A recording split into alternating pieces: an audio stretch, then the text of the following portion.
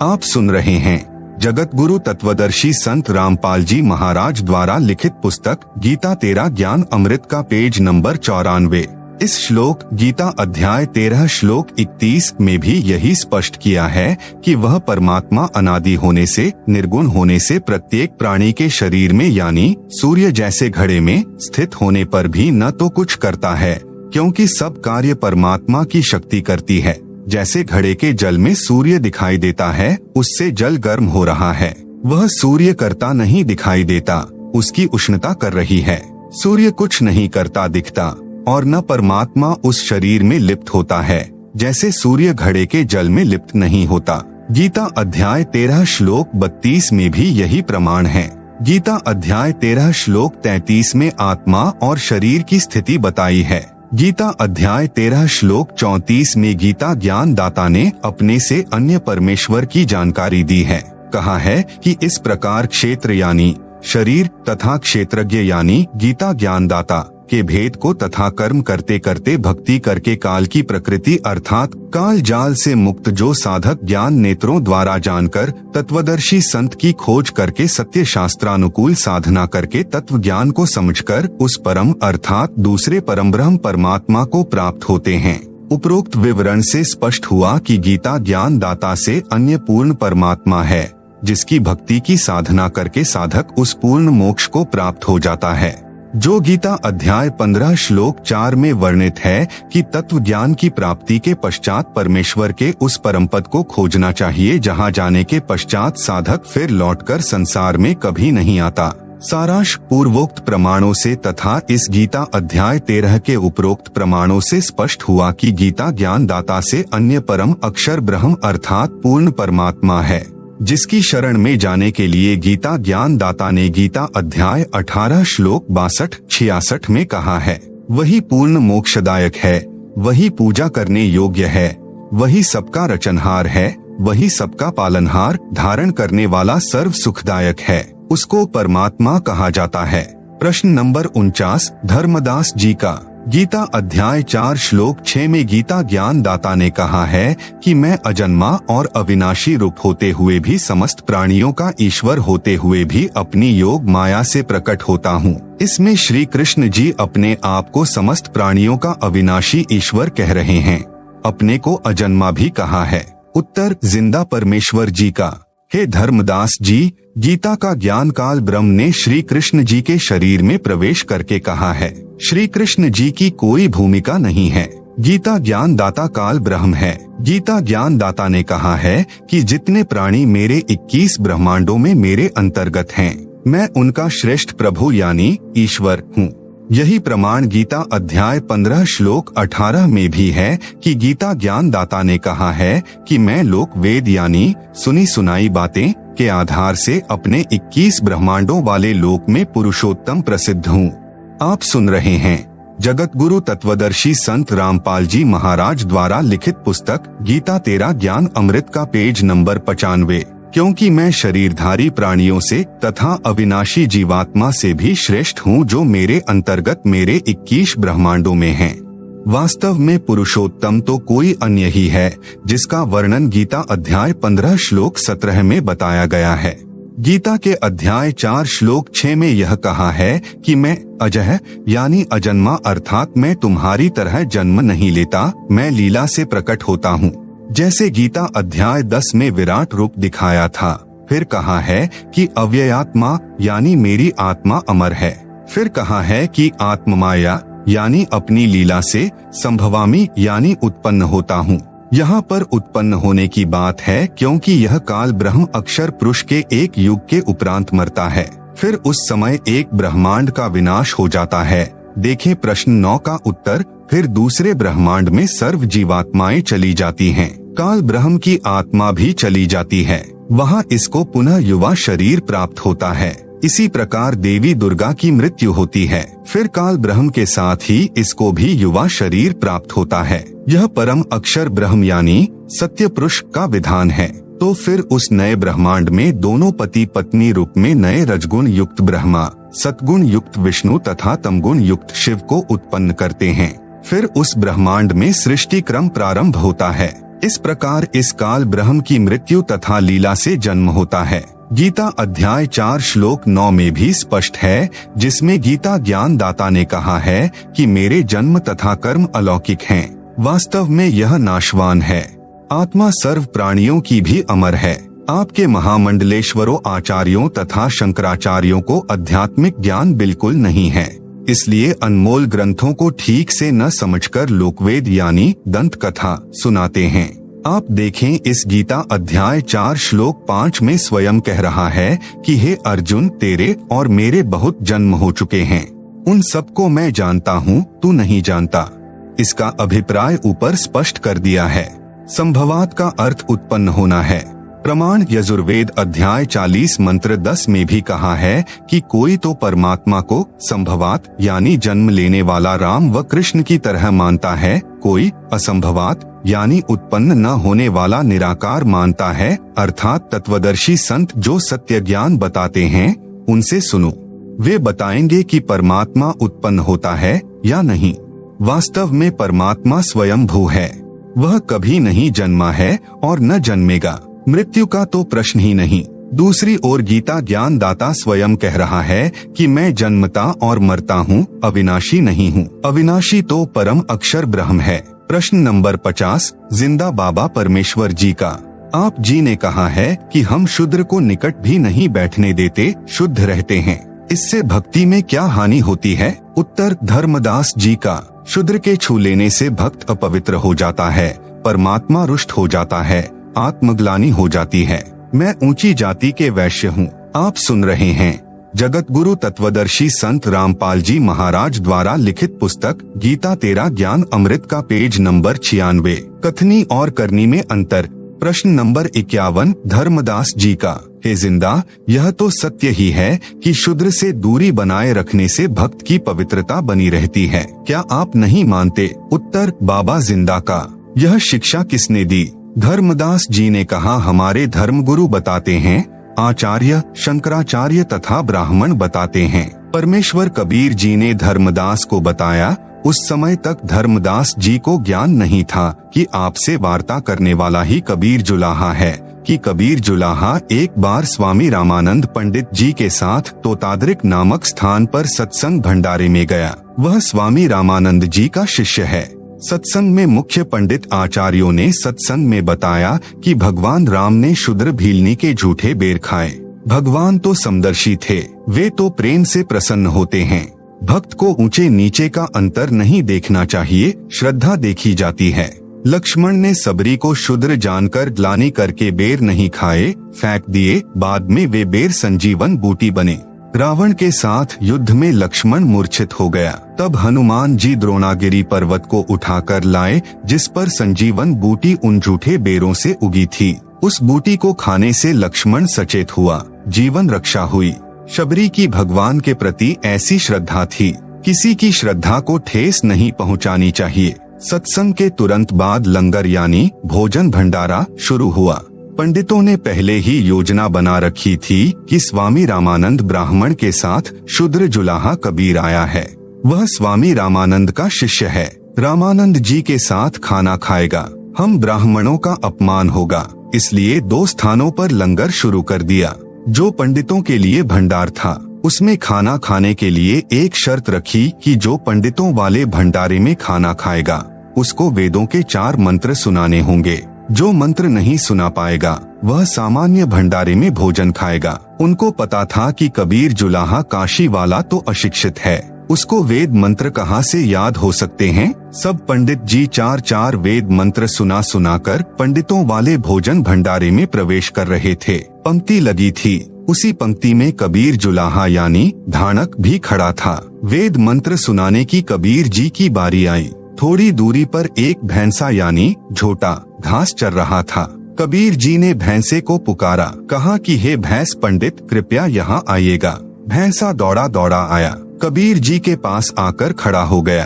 कबीर जी ने भैंसे की कमर पर हाथ रखा और कहा कि हे विद्वान भैंसे, वेद के 4 मंत्र सुना। भैंसे ने नंबर 1 यजुर्वेद अध्याय 5 का मंत्र 32 सुनाया, जिसका भावार्थ भी बताया कि जो परम शांतिदायक यानी उसिग असी, जो पाप नाश कर सकता है यानी अंगारी, जो बंधनों का शत्रु अर्थात बंदी छोड़ है यानी बंभारी, वह कबीरसी कबीर है। आप सुन रहे हैं जगत गुरु तत्वदर्शी संत रामपाल जी महाराज द्वारा लिखित पुस्तक गीता तेरा ज्ञान अमृत का पेज नंबर 97। स्वर ज्योति यानी स्वयं प्रकाशित अर्थात तेजोमय शरीर वाला, रिद्धामा यानी सत्यलोक वाला अर्थात वह सत्यलोक में निवास करता है। सम्राट यानी सब भगवानों का भी भगवान अर्थात सर्वशक्तिमान सम्राट यानी महाराजा है। नंबर 2 ऋग्वेद मंडल 9 सूक्त 86 मंत्र 26 सुनाया, जिसका भावार्थ है कि परमात्मा ऊपर के लोक से गति यानी प्रस्थान करके आता है, नेक आत्माओं को मिलता है, भक्ति करने वालों के संकट समाप्त करता है, वह कबीर देव यानी कबीर परमेश्वर है।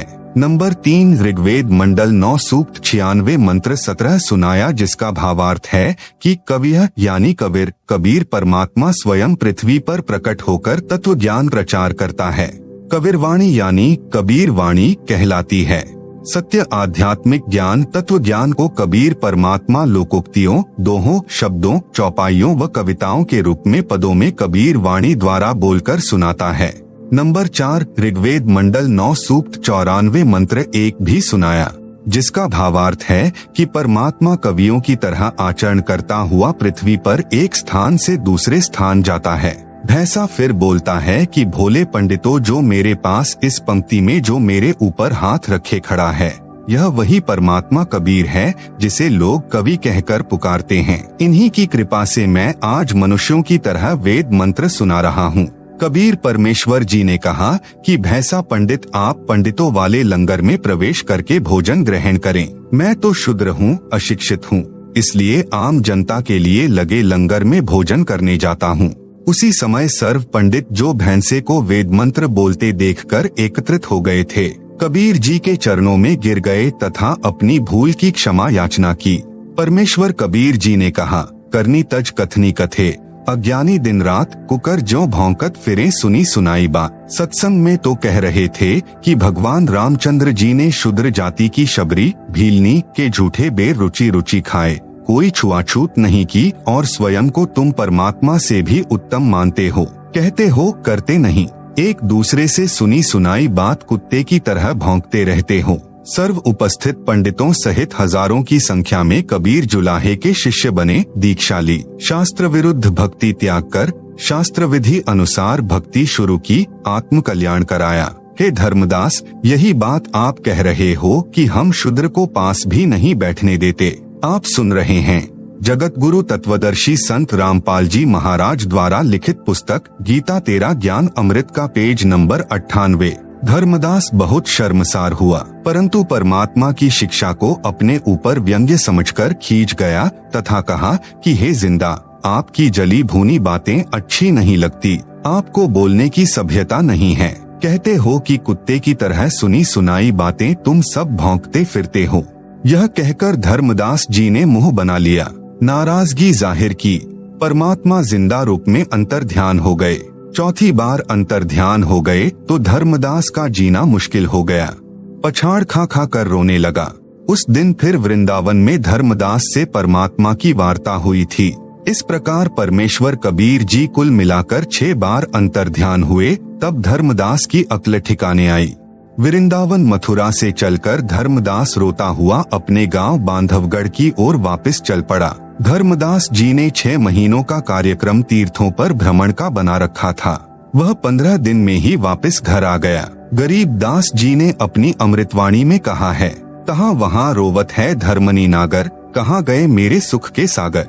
अति वियोग हुआ हमसे ती, जैसे निर्धन की लुट जाए खेती।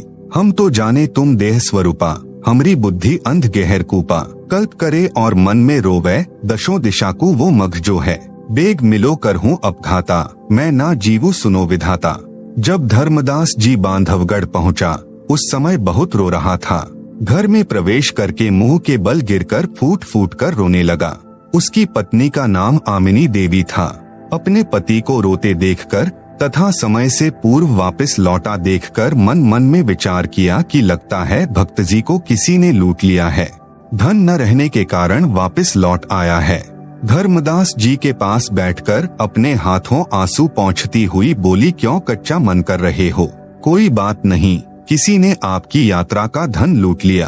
आपके पास धन की कमी थोड़े है और ले जाना, अपनी तीर्थ यात्रा पूरी करके आना, मैं मना थोड़े करूंगी। कुछ देर बाद दृढ़ मन करके धर्मदास जी ने कहा कि आमिनी देवी, यदि रुपए पैसे वाला धन लुट गया होता तो मैं और ले जाता। मेरा ऐसा धन लुट गया है जो शायद अब नहीं मिलेगा, वह मैंने अपने हाथों अपनी मूर्खता से गवाया है। जिंदा महात्मा से हुई सर्वज्ञान चर्चा तथा जिंदा बाबा से सुनी सृष्टि रचना आमिनी देवी को सुनाया। सर्वज्ञान प्रमाणों सहित देखकर आमिनी ने कहा कि सेठ जी, आप तो निपुण व्यापारी थे, कभी घाटे का सौदा नहीं करते थे। इतना प्रमाणित ज्ञान फिर भी आप नहीं माने, साधु को तो नाराज होना ही था। कितनी बार आपको मिले बच्चे की तरह समझाया, आपने उस दाता को क्यों ठुकराया? धर्मदास ने कहा, आमिनी, जीवन में पहली बार हानि का सौदा किया है, यह हानि अब पूर्ति नहीं हो पावेगी। आप सुन रहे हैं जगत गुरु तत्वदर्शी संत रामपाल जी महाराज द्वारा लिखित पुस्तक गीता तेरा ज्ञान अमृत का पेज नंबर 99। वह धन नहीं मिला तो मैं जीवित नहीं रह पाऊंगा। धर्मदास जी को सतलोक में ले जाना। 6 महीने तक परमेश्वर जिंदा नहीं आए। धर्मदास रो रो अकुलाए, खाना नाम मात्र रह गया। दिन में कई बार घंटों रोना, शरीर सूखकर कांटा हो गया। एक दिन धर्मदास जी से आमिनी देवी ने पूछा कि हे स्वामी, आपकी यह हालत मुझसे देखी नहीं जा रही है। आप विश्वास रखो, जब पहले कितनी बार आए हैं तो अब की बार भी आएंगे। धर्मदास ने कहा कि इतना समय पहले कभी नहीं लगाया। लगता है मुझ पापी से बहुत नाराज हो गए हैं, बात भी नाराजगी की है। मैं महामूर्ख हूँ आमिनी देवी, अब मुझे उनकी कीमत का पता चला है। भोले भाले नजर आते हैं, वे परमात्मा के विशेष कृपा पात्र हैं। इतना ज्ञान देखा न सुना। आमिनी ने पूछा कि उन्होंने बताया हो कि वे कैसे कैसे मिलते हैं, कहाँ कहाँ जाते हैं? धर्मदास जी ने कहा कि वे कह रहे थे कि मैं वहाँ अवश्य जाता हूँ जहाँ पर धर्म भंडारे यानी लंगर होते हैं, वहाँ लोगों को ज्ञान समझाता हूँ। आमिनी देवी ने कहा कि आप भंडारा कर दो, हो सकता है कि जिंदा बाबा आ जाए। धर्मदास जी बोले कि मैं तो 3 दिन का भंडारा करूँगा। आमिनी देवी पहले तो कंजूसी करती थी। धर्मदास 3 दिन का भंडारा कहता था तो वह 1 दिन पर अड़ जाती थी, परंतु उस दिन आमिनी ने तुरंत हाँ कर दी कि कोई बात नहीं, आप 3 दिन का भंडारा करो। धर्मदास जी ने दूर दूर तक 3 दिन के भोजन भंडारे का संदेश भिजवा दिया, साधुओं का निमंत्रण भिजवा दिया। निश्चित दिन को भंडारा प्रारंभ हो गया। 2 दिन बीत गए, साधु महात्मा आए, ज्ञान चर्चा होती रही, परंतु जो ज्ञान जिंदा बाबा ने बताया था उसका उत्तर किसी के पास नहीं पाया। धर्मदास जी जानबूझकर साधुओं से प्रश्न करते थे कि क्या ब्रह्मा, विष्णु, शिव का भी जन्म होता है? उत्तर वही घिसा पिटा मिलता कि इनके कोई माता पिता नहीं हैं। इससे धर्मदास को स्पष्ट हो जाता कि वह जिंदा महात्मा नहीं आया है। वेश बदलकर आता तो भी ज्ञान तो सही बताता। तीसरे दिन भी दोपहर तक में जिंदा बाबा नहीं आए। धर्मदास जी ने दृढ़ निश्चय करके कहा कि यदि आज जिंदा बाबा नहीं आए तो मैं आत्महत्या करूंगा। ऐसे जीवन से मरना भला। परमात्मा तो अंतर्यामी हैं। जान गए कि आज भक्त पक्का मरेगा। उसी समय कुछ दूरी पर कदम्ब का पेड़ था, उसके नीचे उसी जिंदा वाली वेशभूषा में बैठे धर्मदास को दिखाई दिए।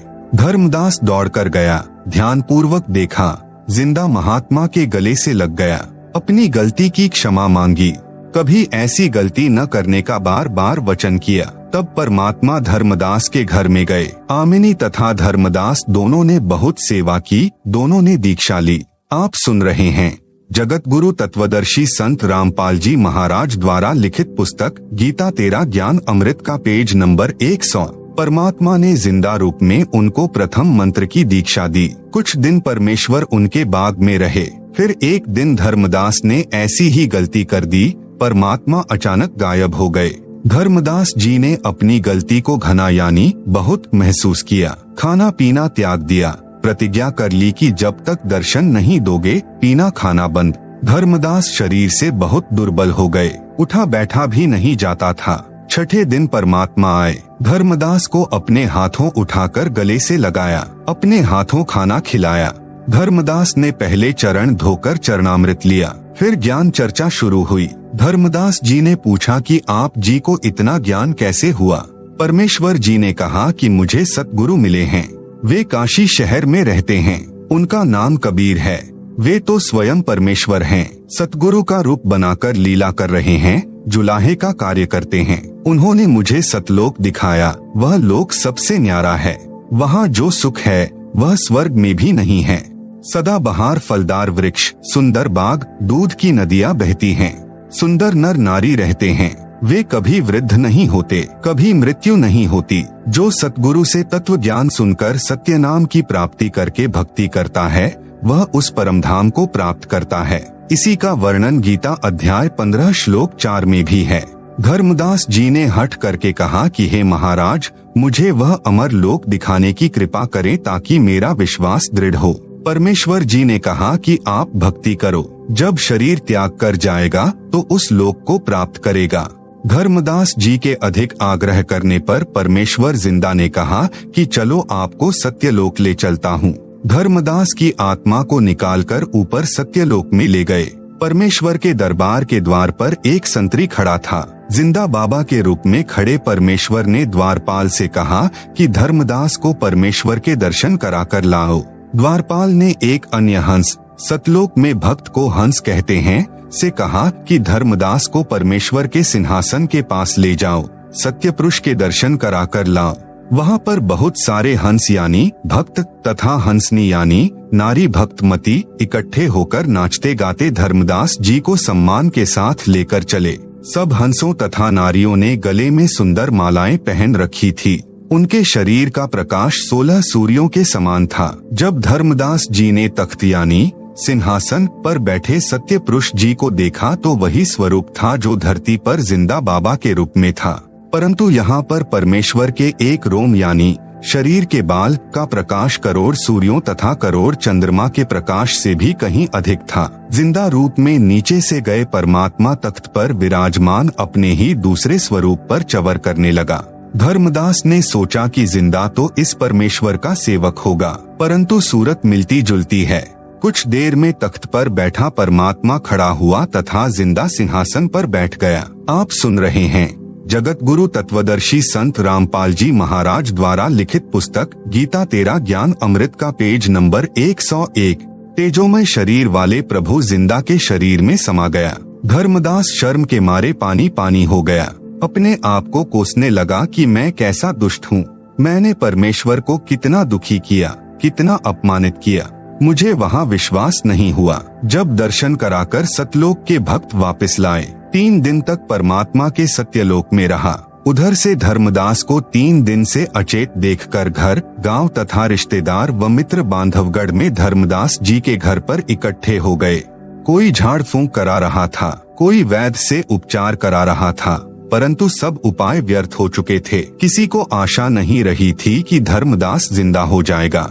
तीसरे दिन परमात्मा ने उसकी आत्मा को शरीर में प्रवेश कर दिया। धर्मदास जी को उस बाग से उठाकर घर ले गए थे, जहाँ से परमात्मा उसको सत्यलोक लेकर गए थे। धर्मदास सचेत हो गया था। धर्मदास जी सचेत होते ही उस बाग में उसी स्थान पर गए तो वही परमात्मा जिंदा बाबा के रूप में बैठे थे। धर्मदास जी चरणों में गिर गए और कहने लगे, हे प्रभु, मुझ अज्ञानी को क्षमा करो प्रभु। अवगुण मेरे बाप जी, बख्सो गरीब निवाज, जो मैं पूत कुपुत हूँ, बहुर पिता को लाज। मुझे विश्वास नहीं हो रहा था कि आप परमात्मा हैं, आप परम अक्षर ब्रह्म हैं। कभी कभी आत्मा तो कहती थी कि पूर्ण ब्रह्म के बिना ऐसा ज्ञान पृथ्वी पर कौन सुना सकता है, परंतु मन तुरंत विपरीत विचार खड़े कर देता था। हे सत्य पुरुष, आपने अपने शरीर की वह शोभा जो सत्यलोक में है, यहाँ क्यों प्रकट नहीं कर रखी? परमेश्वर जी ने कहा कि धर्मदास, यदि मैं उसी प्रकाश युक्त शरीर से इस काल लोक में आ जाऊं तो क्षर पुरुष ज्योति निरंजन भी इसी को कहते हैं, व्याकुल हो जाए। मैं अपना सर्व कार्य गुप्त करता हूँ। यह मुझे एक सिद्धि वाला संत मानता है, लेकिन इसको यह नहीं मालूम कि मैं कहाँ से आया हूँ, कौन हूँ। परमेश्वर ने धर्मदास से प्रश्न किया कि आपको कैसा लगा मेरा देश। धर्मदास बोले कि हे परमेश्वर, इस संसार में अब मन नहीं लग रहा। उस पवित्र स्थान के सामने तो यह काल का संपूर्ण लोक 21 ब्रह्मांडों का क्षेत्र नरक के समान लग रहा है। जन्म मरण यहाँ का अटल विधान है। 84 लाख प्रकार के प्राणियों के जीवन भोगना भी अनिवार्य है। प्रत्येक प्राणी इसी आशा को लेकर जीवित है कि अभी नहीं मरूंगा, परंतु फिर भी कभी भी मृत्यु को प्राप्त हो जाता है।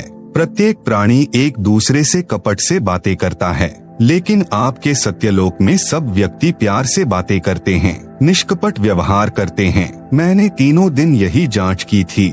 यदि धर्मदास जी अपने घर पर उपस्थित स्वजनों को न देखते जो उसके अचेत होने के साक्षी थे, तो समझते कि कोई स्वप्न देखा होगा। आप सुन रहे हैं जगत गुरु तत्वदर्शी संत रामपाल जी महाराज द्वारा लिखित पुस्तक गीता तेरा ज्ञान अमृत का पेज नंबर 102। परंतु अब दृढ़ निश्चय हो गया था।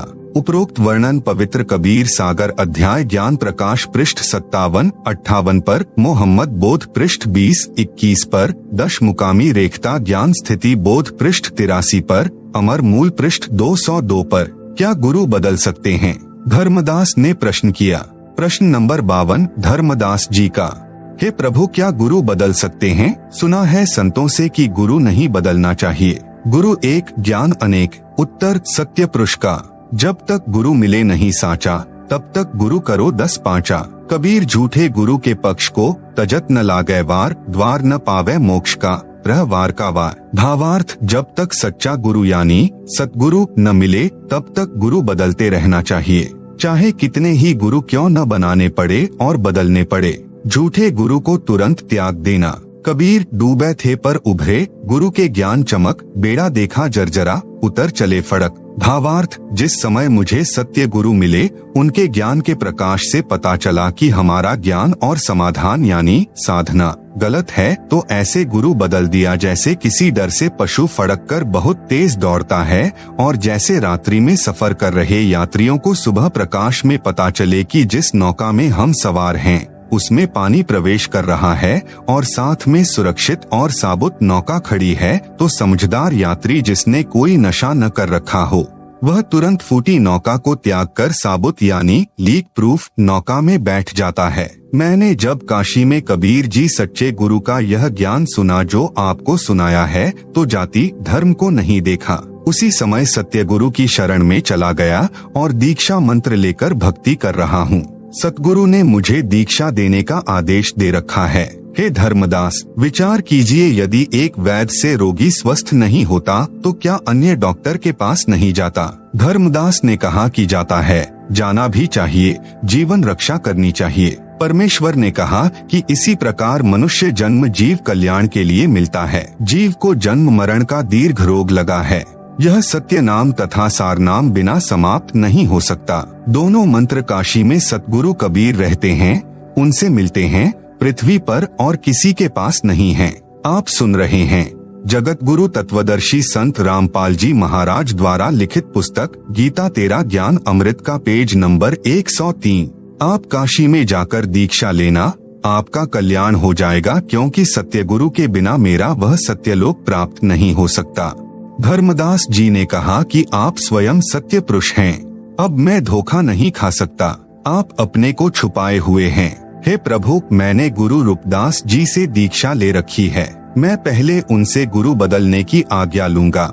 यदि वे कहेंगे तो मैं गुरु बदलूंगा, परंतु धर्मदास की मूर्खता की हद देखकर परमेश्वर छठी बार अंतर्ध्यान हो गए। धर्मदास जी फिर व्याकुल हो गए। पहले रूपदास जी के पास गए जो श्री कृष्ण अर्थात श्री विष्णु जी के पुजारी थे, जो वैष्णव पंथ से जुड़े थे।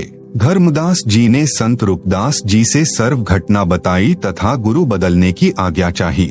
संत रूपदास जी अच्छी आत्मा के इंसान थे। उन्होंने कहा, बेटा धर्मदास, जो ज्ञान आपने सुना है जिस जिंदा बाबा से, यह ज्ञान भगवान ही बता सकता है। मेरी तो आयु अधिक हो गई है, मैं तो इस मार्ग को त्याग नहीं सकता। आपकी इच्छा है तो आप उस महात्मा से दीक्षा ले सकते हो। तब धर्मदास जी काशी में गए। वहाँ पर कबीर जुलाहे की झोंपड़ी का पता किया। वहाँ कपड़ा बुनने का कार्य करते कबीर परमेश्वर को देखकर आश्चर्य का ठिकाना नहीं रहा। खुशी भी अपार हुई कि सतगुरु तथा परमेश्वर यही है। तब उनसे दीक्षा ली और अपना कल्याण कराया। कबीर परमेश्वर जी ने धर्मदास जी को फिर 2 अक्षर, जिसमें एक ओम मंत्र है तथा दूसरा तत् जो सांकेतिक है, का सत्य नाम दिया। फिर सार नाम देकर सतलोक का वासी किया। कलयुग में परमात्मा अन्य निम्न अच्छी आत्माओं यानी दृढ़ भक्तों को मिले। नंबर 2 संत मलूक दास अरोड़ा जी को मिले। नंबर 3 संत दादू दास जी आमेर राजस्थान वाले को मिले। नंबर 4 संत नानक देव जी को सुल्तानपुर शहर के पास बह रही बेई नदी पर मिले, जहां गुरु द्वारा सच्चखंड साहिब यादगार रूप में बना है। नंबर 5 संत गरीब दास जी गांव छुड़ानी जिला झज्जर हरियाणा वाले को मिले। उस स्थान पर वर्तमान में यादगार बनी हुई है। संत गरीब दास जी 10 वर्ष के बच्चे थे। अपने ही खेतों में अन्य कई ग्वालों के संग गौएं चराने जाया करते थे। परमेश्वर जिंदा बाबा के रूप में सत्यलोक यानी सच्चखंड से चलकर आए। यह लोक सर्व भवनों के ऊपर ही जहां परमात्मा रहते हैं। संत गरीब दास जी की आत्मा को ऊपर अपने लोक में परमेश्वर लेकर गए। बच्चे को मृत जानकर शाम को चिता पर रखकर अंतिम संस्कार करने वाले थे। तत्काल परमात्मा ने संत गरीबदास जी की आत्मा को ऊपर ब्रह्मांडों का भ्रमण कराकर सत्य ज्ञान बताकर शरीर में प्रवेश कर दिया। बालक जीवित हो गया। यह घटना फाल्गुन शुदी द्वादशी संवत 1784 सन 1727 की है। आप सुन रहे हैं जगत गुरु तत्वदर्शी संत रामपाल जी महाराज द्वारा लिखित पुस्तक गीता तेरा ज्ञान अमृत का पेज नंबर 104। संत गरीब दास जी को परमात्मा ने तत्व ज्ञान प्रदान किया। उनका ज्ञान योग खोल दिया, जिस कारण से संत गरीब दास जी ने 24,000 वाणी बोली, जो संत गोपाल दास जी द्वारा लिखी गई। उन अमृतवाणियों को छपवाकर ग्रंथ रूप दे दिया है। यह दास यानी संत रामपाल दास उसी से सत्संग किया करता है। संत गरीब दास जी ने अमृत वाणी में कहा है, गरीब हम सुल्तानी नानक तारे दादू को उपदेश दिया, जाति जुलाहा भेद ना पाया, काशी माहे कबीर हुआ। गरीब अनंत कोटि ब्रह्मांड का एक रति नहीं भार, सतगुरु पुरुष कबीर हैं कुल के सिरजनहार। भावार्थ, संत गरीब दास जी ने परमात्मा से प्राप्त दिव्य दृष्टि से देखकर भूत भविष्य का ज्ञान कहा है। बताया है कि जो काशी नगर उत्तर प्रदेश में जुलाहा कबीर जी थे, वे सर्व ब्रह्मांडों के सृजनहार हैं। सर्व ब्रह्मांडों को अपनी शक्ति से ठहराया है। परमेश्वर कबीर जी पर उनका कोई भार नहीं है। जैसे वैज्ञानिकों ने हवाई जहाज रॉकेट बनाकर उड़ा दिए, स्वयं भी बैठकर यात्रा करते हैं। इस प्रकार संत गरीब दास जी ने परमेश्वर जी को आंखों देखकर उनकी महिमा बताई है। नंबर 6 संत घीसा दास जी गांव खेखड़ा जिला बागपत उत्तर प्रदेश को मिले थे। पुस्तक विस्तार को मद्देनजर रखते हुए अधिक विस्तार नहीं कर रहा हूं। अधिक जानकारी के लिए www.jagatgururampalji.org से खोलकर अधिक ज्ञान ग्रहण कर सकते हैं। वेद मंत्रों की फोटोकॉपी दी गई है, जिसे आप पुस्तक में देख सकते हैं। प्रमाण ऋग्वेद मंडल नंबर 9 सूक्त 86 मंत्र 26 से 27। विवेचन पुस्तक में दी गई फोटोकॉपी ऋग्वेद मंडल 9 सूक्त 86 मंत्र 26 की है, जो आर्य समाज के आचार्यों व महर्षि दयानंद के चेलों द्वारा अनुवादित है, जिसमें स्पष्ट है कि यज्ञ करने वाले अर्थात धार्मिक अनुष्ठान करने वाले यजमानों अर्थात भक्तों के लिए परमात्मा सब रास्तों को सुगम करता हुआ अर्थात जीवन रूपी सफर के मार्ग को दुखों रहित करके सुगम बनाता हुआ उनके विघ्नों अर्थात संकटों का मर्दन करता है अर्थात समाप्त करता है। आप सुन रहे हैं जगत गुरु तत्वदर्शी संत रामपाल जी महाराज द्वारा लिखित पुस्तक गीता तेरा ज्ञान अमृत का पेज नंबर 105 भक्तों को पवित्र अर्थात पाप रहित विकार रहित करता है। जैसा कि अगले मंत्र 27 में कहा है कि जो परमात्मा धुलोक अर्थात सत्यलोक के तीसरे पृष्ठ पर विराजमान है, वहाँ पर परमात्मा के शरीर का प्रकाश बहुत अधिक है। उदाहरण के लिए परमात्मा के एक रोम यानी शरीर के बाल का प्रकाश करोड़ सूर्य तथा इतने ही चंद्रमाओं के मिले जुले प्रकाश से भी अधिक है। यदि वह परमात्मा उसी प्रकाश युक्त शरीर से पृथ्वी पर प्रकट हो जाए तो हमारी चर्म दृष्टि उन्हें देख नहीं सकती। जैसे उल्लू पक्षी दिन में सूर्य के प्रकाश के कारण कुछ भी नहीं देख पाता है, यही दशा मनुष्यों की हो जाए, इसलिए वह परमात्मा अपने रूप अर्थात शरीर के प्रकाश को सरल करता हुआ उस स्थान से जहाँ परमात्मा ऊपर रहता है वहाँ से गति करके बिजली के समान क्रीड़ा अर्थात लीला करता हुआ चलकर आता है, श्रेष्ठ पुरुषों को मिलता है। यह भी स्पष्ट है कि आप कवियः अर्थात कबीरदेव हैं। हम उन्हें कबीर साहेब कहते हैं। विवेचन पुस्तक में दी गई फोटोकॉपी ऋग्वेद मंडल 9 सूक्त 86 के मंत्र 27 की है। इसमें स्पष्ट है कि परमात्मा धुलोक अर्थात अमर लोक के तीसरे पृष्ठ अर्थात भाग पर विराजमान है। सत्यलोक अर्थात शाश्वत स्थान के 3 भाग हैं। एक भाग में वन पहाड़ झरने बाग बगीचे आदि हैं। यह बाह्य भाग है अर्थात बाहरी भाग है। जैसे भारत की राजधानी दिल्ली भी 3 भागों में बंटी है। बाहरी दिल्ली जिसमें गांव खेत खलिहान और नहरें हैं, दूसरा बाजार बना है, तीसरा संसद भवन तथा कार्यालय हैं। इसके पश्चात धुलोक में बस्तियां हैं। सपरिवार मोक्ष प्राप्त हंसात्माएं रहती हैं। पृथ्वी पर जैसे भक्त को भक्तात्मा कहते हैं, इसी प्रकार सत्यलोक में हंसात्मा कहलाते हैं। तीसरे भाग में सर्वोपरि परमात्मा का सिंहासन है। आप सुन रहे हैं जगत गुरु तत्वदर्शी संत रामपाल जी महाराज द्वारा लिखित पुस्तक गीता तेरा ज्ञान अमृत का पेज नंबर 106। उसके आसपास केवल नर आत्माएं रहती हैं। वहाँ स्त्री पुरुष का जोड़ा नहीं है। वे यदि अपना परिवार चाहते हैं तो शब्द यानी वचन से केवल पुत्र उत्पन्न कर लेते हैं। इस प्रकार शाश्वत स्थान अर्थात सत्यलोक 3 भागों में परमात्मा ने बांट रखा है। वहाँ यानी सत्यलोक में प्रत्येक स्थान पर रहने वालों में वृद्धावस्था नहीं है, वहाँ मृत्यु नहीं है। इसीलिए गीता अध्याय 7 श्लोक 29 में कहा है कि जो जरा अर्थात वृद्ध अवस्था तथा मरण अर्थात मृत्यु से छूटने का प्रयत्न करते हैं वे तत् ब्रह्म अर्थात परम अक्षर ब्रह्म को जानते हैं। सत्यलोक में सत्य पुरुष रहता है, वहाँ पर जरा मरण नहीं है। बच्चे युवा होकर सदा युवा रहते हैं। प्रमाण के लिए ऋग्वेद मंडल नंबर 9 सूक्त 82 मंत्र 1 से 2 का फोटो कॉपी देखें जिसे पुस्तक में दिया गया है। विवेचन पुस्तक में दी गई ऋग्वेद मंडल 9 सूक्त 82 मंत्र 1 से 2 की फोटो कॉपी है। यह अनुवाद महर्षि दयानंद जी के दिशा निर्देश से उन्हीं के चेलों ने किया है और सार्वदेशिक आर्य प्रतिनिधि सभा दिल्ली से प्रकाशित है। आप सुन रहे हैं जगत गुरु तत्वदर्शी संत रामपाल जी महाराज द्वारा लिखित पुस्तक गीता तेरा ज्ञान अमृत का पेज नंबर 107। इनमें स्पष्ट है कि मंत्र 1 में कहा है सर्व की उत्पत्ति करने वाला परमात्मा तेजोमय शरीर युक्त है, पापों को नाश करने वाला और सुखों की वर्षा करने वाला अर्थात सुखों की झड़ी लगाने वाला है। वह ऊपर सत्यलोक में सिंहासन पर बैठा है जो देखने में राजा के समान है।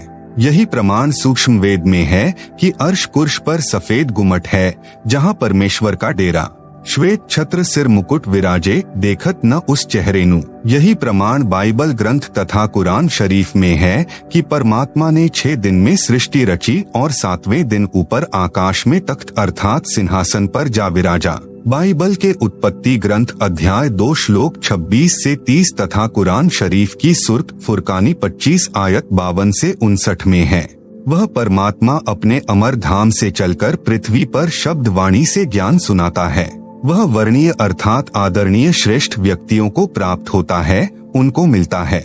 जैसे नंबर 1 संत धर्मदास जी बांधवगढ़ मध्य प्रदेश वाले को मिले, नंबर 2 संत मलूक दास जी को मिले, नंबर 3 संत दादू दास जी को आमेर राजस्थान में मिले, नंबर 4 संत नानक देव जी को मिले, नंबर 5 संत गरीब दास जी गांव छुड़ानी जिला झज्जर हरियाणा वाले को मिले, नंबर 6 संत घीसा दास जी गांव खेखड़ा जिला बागपत उत्तर प्रदेश वाले को मिले, नंबर 7 संत जम्भेश्वर जी बिश्नोई धर्म के प्रवर्तक को गांव समराथल राजस्थान वाले को मिले। वह परमात्मा अच्छी आत्माओं को मिलते हैं। जो परमात्मा के दृढ़ भक्त होते हैं उन पर परमात्मा का विशेष आकर्षण होता है। उदाहरण भी बताया है कि जैसे विद्युत अर्थात आकाशीय बिजली स्नेह वाले स्थानों को आधार बनाकर गिरती है, जैसे कांसी धातु पर बिजली गिरती है। पहले कांसी धातु के कटोरे, गिलास, थाली, बेले आदि आदि होते थे। वर्षा के समय तुरंत उठाकर घर के अंदर रखा करते थे। वृद्ध कहते थे कि कांसी के बर्तन पर बिजली अमूमन गिरती है। इसी प्रकार परमात्मा अपने प्रिय भक्तों पर आकर्षित होकर मिलते हैं। मंत्र नंबर 2 में तो यह भी स्पष्ट किया है कि परमात्मा उन अच्छी आत्माओं को उपदेश करने की इच्छा से स्वयं महापुरुषों को मिलते हैं। उपदेश का भावार्थ है कि परमात्मा तत्व ज्ञान बताकर उनको दीक्षा भी देते हैं। उनके सद्गुरु भी स्वयं परमात्मा होते हैं। यह भी स्पष्ट किया है कि परमात्मा अत्यंत गतिशील पदार्थ अर्थात बिजली के समान तीव्रगामी होकर हमारे धार्मिक अनुष्ठानों में आप पहुँचते हैं। आप जी ने पीछे पढ़ा कि संत धर्मदास को परमात्मा ने यही कहा था कि मैं वहाँ पर अवश्य जाता हूँ जहाँ धार्मिक अनुष्ठान होते हैं, क्योंकि मेरी अनुपस्थिति में काल कुछ भी उपद्रव कर देता है, जिससे साधकों की आस्था परमात्मा से छूट जाती है। मेरे रहते वह ऐसी गड़बड़ नहीं कर सकता। आप सुन रहे हैं जगत गुरु तत्वदर्शी संत रामपाल जी महाराज द्वारा लिखित पुस्तक गीता तेरा ज्ञान अमृत का पेज नंबर 108। इसीलिए गीता अध्याय 3 श्लोक 15 में कहा है कि वह अविनाशी परमात्मा जिसने ब्रह्म को भी उत्पन्न किया सदा ही यज्ञों में प्रतिष्ठित है, अर्थात धार्मिक अनुष्ठानों में उसी को इष्ट रूप में मानकर आरती स्तुति करनी चाहिए। इस ऋग्वेद मंडल 9 सूक्त 82 मंत्र 2 में यह भी स्पष्ट किया है कि आप कविर्वेधस्य यानी कविर्देव है, जो सर्व को उपदेश देने की इच्छा से आते हो। आप पवित्र परमात्मा हैं, हमारे पापों को छुड़वाकर अर्थात नाश करके। हे अमर परमात्मा, आप हमको सुख दें और द्युतम वसाना निर्निजम परियसी यानी हम आपकी संतान हैं। हमारे प्रति वह वात्सल्य वाला प्रेम भाव उत्पन्न करते हुए उसी निर्निजम यानी सुंदर रूप को परियासी यानी उत्पन्न करें, अर्थात हमारे को अपने बच्चे जानकर जैसे पहले और जब चाहे तब आप अपनी प्यारी आत्माओं को प्रकट होकर मिलते हैं, उसी तरह हमें भी दर्शन दें। प्रमाण के लिए ऋग्वेद मंडल नंबर 9 सूक्त 96 मंत्र 16 से 20 का फोटो कापी देखें, जिसे पुस्तक में दिया गया है। ऋग्वेद मंडल 9 सूक्त 96 के मंत्र 16 में कहा है कि हे परमात्मन, आप अपने श्रेष्ठ गुप्त नाम का ज्ञान कराएं। उस नाम को मंत्र 17 में बताया है कि वह कविया यानी कविर्देव है। आप सुन रहे हैं जगत गुरु तत्वदर्शी संत रामपाल जी महाराज द्वारा लिखित पुस्तक गीता तेरा ज्ञान अमृत का पेज नंबर 109 मंत्र नंबर 17 की केवल हिंदी शिशुम जज्ञानम हरियंतम यानी परमेश्वर जानबूझकर तत्व ज्ञान बताने के उद्देश्य से शिशु रूप में प्रकट होता है। उनके ज्ञान को सुनकर मरुतो गणेन यानी भक्तों का बहुत बड़ा समूह उस परमात्मा का अनुयायी बन जाता है। मृजंती शुमयंती वहिन, वह ज्ञान बुद्धिजीवी लोगों को समझाता है। वे उस परमेश्वर की स्तुति भक्ति तत्व ज्ञान के आधार से करते हैं। वह भक्ति वहिन यानी शीघ्र लाभ देने वाली होती है। वह परमात्मा अपने तत्व ज्ञान को काव्येना यानी कवित्व से अर्थात कवियों की तरह दोहों शब्दों लोकोक्तियों चौपाइयों द्वारा, कविर गीर्भियः यानी कविर वाणी द्वारा अर्थात कबीर वाणी द्वारा, पवित्रम अतिरेभन यानी शुद्ध ज्ञान को उच्चे स्वर में गर्ज गर्ज कर बोलते हैं। वह कवियः यानी कवि की तरह आचरण करने वाला कविरदेव, संत यानी संत रूप में प्रकट, सोम यानी अमर परमात्मा होता है। ऋग्वेद मंडल 9 सूक्त 96 मंत्र 17। विशेष इस मंत्र के मूल पाठ में 2 बार कवियः शब्द है। आर्य समाज के अनुवादकर्ताओं ने एक कवियः का अर्थ ही नहीं किया है। ऋग्वेद मंडल 9 सूक्त 96 मंत्र 18 का फोटो कापी दिया गया है, जिसे आप पुस्तक में देख सकते हैं। विवेचन पुस्तक में दी गई ऋग्वेद मंडल 9 सूक्त 96 मंत्र 18 की फोटो कापी है, जिसका अनुवाद महर्षि दयानंद जी के अनुयायियों ने किया है। सार्वदेशिक आर्य प्रतिनिधि सभा दिल्ली द्वारा अनुवादित है। इस पर विवेचन करते हैं। इसके अनुवाद में भी बहुत सी गलतियां हैं जो आर्य समाज के आचार्यों ने की है। हम संस्कृत भी समझ सकते हैं। विवेचन करता हूँ तथा यथार्थ अनुवाद व भावार्थ स्पष्ट करता हूँ। मंत्र 17 में कहा है कि ऋषि या संत रूप में प्रकट होकर परमात्मा अमृतवाणी अपने मुख कमल से बोलता है और उस ज्ञान को समझकर अनेकों अनुयायियों का समूह बन जाता है। यह यानी जो वाणी परमात्मा तत्व ज्ञान की सुनाता है, वे ऋषिकृत यानी ऋषि रूप में प्रकट परमात्मा कृत सहस्रणीय यानी हजारों वाणियां अर्थात कबीर वाणियां, ऋषि मना यानी ऋषि स्वभाव वाले भक्तों के लिए स्वर्शाह यानी आनंददायक होती हैं। आप सुन रहे हैं जगत गुरु तत्वदर्शी संत रामपाल जी महाराज द्वारा लिखित पुस्तक गीता तेरा ज्ञान अमृत का पेज नंबर 110। कविनाम पदवीयः यानी कवित्व से दोहों चौपाइयों में वाणी बोलने के कारण वह परमात्मा प्रसिद्ध कवियों में से एक कवि की भी पदवी प्राप्त करता है। वह सोम यानी अमर परमात्मा, सिशासन यानी सर्व की पालन की इच्छा करता हुआ प्रथम स्थिति में, महिषः यानी बड़ी पृथ्वी अर्थात ऊपर के लोकों में, तृतीयम धाम यानी तीसरे धाम अर्थात सत्यलोक के तीसरे पृष्ठ पर, अनुराजती यानी तेजोमय शरीर युक्त स्तूप यानी गुंबज में, विराजम यानी विराजमान है, वहाँ बैठा है।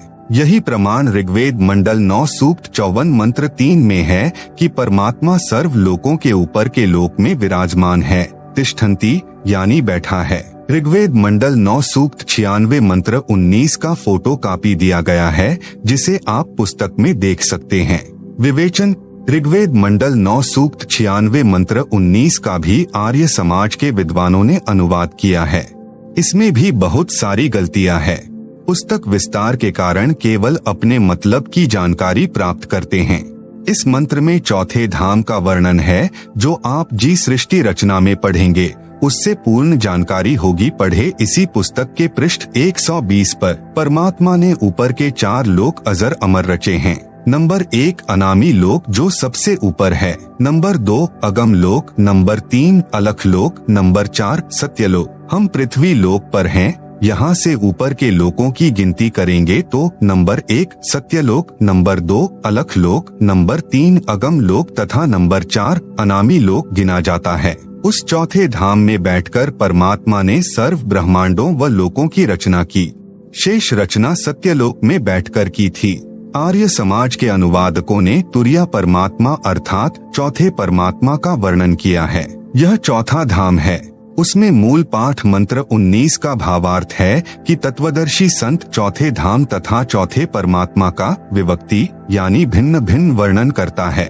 आप सुन रहे हैं जगत गुरु तत्वदर्शी संत रामपाल जी महाराज द्वारा लिखित पुस्तक गीता तेरा ज्ञान अमृत का पेज नंबर 111। पाठक जन कृपया पढ़ें सृष्टि रचना इसी पुस्तक के पृष्ठ 120 पर, जिससे आप जी को ज्ञान होगा कि लेखक संत रामपाल दास ही वह तत्वदर्शी संत है जो तत्व ज्ञान से परिचित है। ऋग्वेद मंडल 9 सूक्त 96 मंत्र 20 का फोटो कॉपी देखें, जिसे पुस्तक में दिया गया है। विवेचन: ऋग्वेद मंडल 9 सूक्त 96 मंत्र 20 का यथार्थ ज्ञान जानते हैं। इस मंत्र का अनुवाद महर्षि दयानंद के चेलों द्वारा किया गया है। इनका दृष्टिकोण यह रहा है कि परमात्मा निराकार है, क्योंकि महर्षि दयानंद जी ने यह बात दृढ़ की है कि परमात्मा निराकार है। इसलिए अनुवादक ने सीधे मंत्र का अनुवाद घुमा फिराकर किया है। जैसे मूल पाठ में लिखा है, मर्य न शुभः तन्वा मृजानः अत्यः न श्रित्वा सने धनानाम वृषेव यूथा परिकोशम अर्शन कनिकृदत चंबोह आविवेश। अनुवाद: जैसे मर्यः न यानी मनुष्य सुंदर वस्त्र धारण करता है, ऐसे परमात्मा मनुष्य के समान शुभ्रः तन यानी सुंदर शरीर, मृजानः यानी धारण करके, अत्यः यानी अत्यंत गति से चलता हुआ, सने धनानाम यानी भक्ति धन के धनियों अर्थात पुण्यात्माओं को सने यानी प्राप्ति के लिए आता है। यूथा वृषेव यानी जैसे एक समुदाय को उसका सेनापति प्राप्त होता है, ऐसे वह परमात्मा संत व ऋषि रूप में प्रकट होता है तो उसके बहुत संख्या में अनुयायी बन जाते हैं और परमात्मा उनका गुरु रूप में मुखिया होता है। वह परमात्मा परिकोशम यानी प्रथम ब्रह्मांड में, अर्शन यानी प्राप्त होकर अर्थात आकर, कनिकृदत यानी ऊंचे स्वर में सत्य ज्ञान उच्चारण करता हुआ, चंबोह यानी पृथ्वी खंड में, अविवेश यानी प्रविष्ट होता है। भावार्थ: जैसे पूर्व में वेद मंत्रों में कहा है कि परमात्मा ऊपर के लोक में रहता है, वहाँ से गति करके अपने रूप को अर्थात शरीर के तेज को सरल करके पृथ्वी पर आता है। इस ऋग्वेद मंडल 9 सूक्त 96 मंत्र 20 में उसी की पुष्टि की है।